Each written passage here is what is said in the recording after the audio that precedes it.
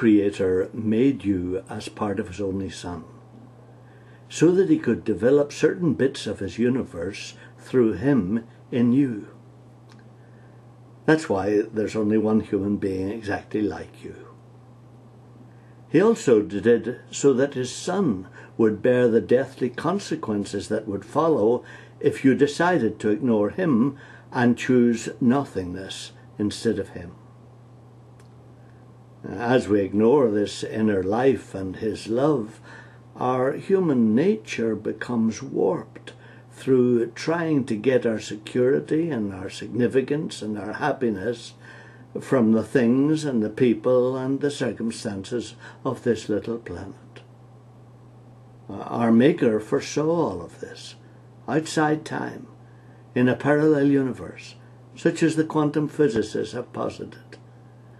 And he repaired all of us and remade us and our world in his Son, so that we might live out that triumph over the encroaching death of the present world in which we live. So our life here has two purposes, a personal one and a social one. The personal one is to experience the change of our carnal outward-inward nature to the inward-outward human nature of our Maker's Son.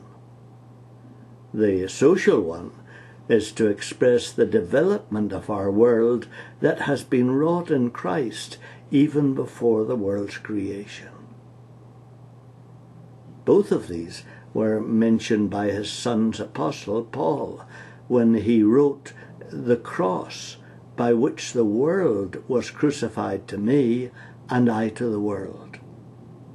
And God was in Christ, reconciling the world to himself.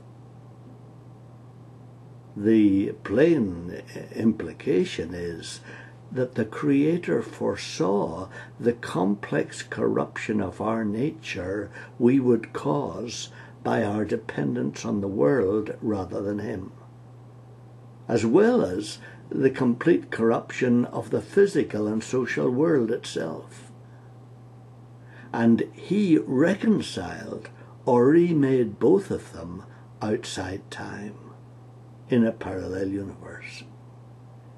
These gracious reconciliations outside time are sometimes evident to us inside time, when we discover, for instance, a spare body part in the leg that can replace a blocked artery to the heart.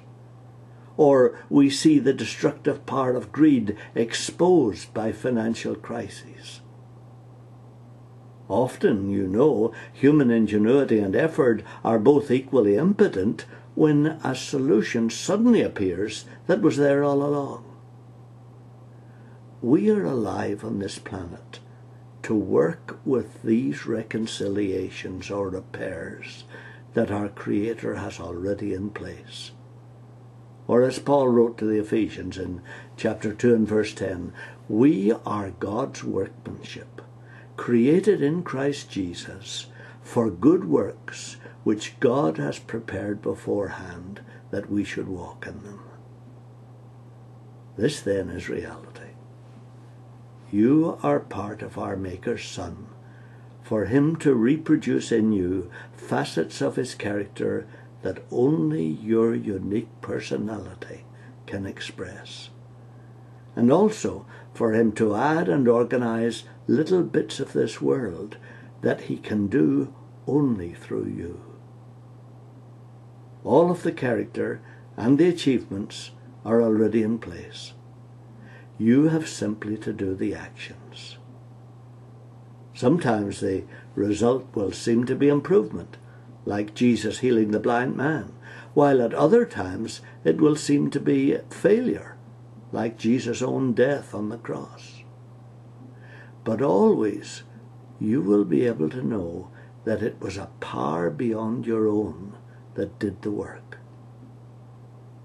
So as you move in this way, you'll sense that your Maker loves you and will provide all that you need. This enables you to take a different attitude to the world. Instead of emptying and being defeated by it, you fill it and subdue it, as you were meant to do, through the Creator's Son in you.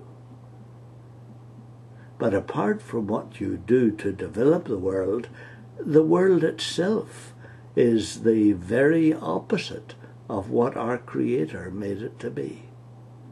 And it exposes your unlikeness to Him every day. This is the personal purpose of your life. To let Him replace your godlessness with His Son's actions and words in you. The result is a life of joy and lightness of heart.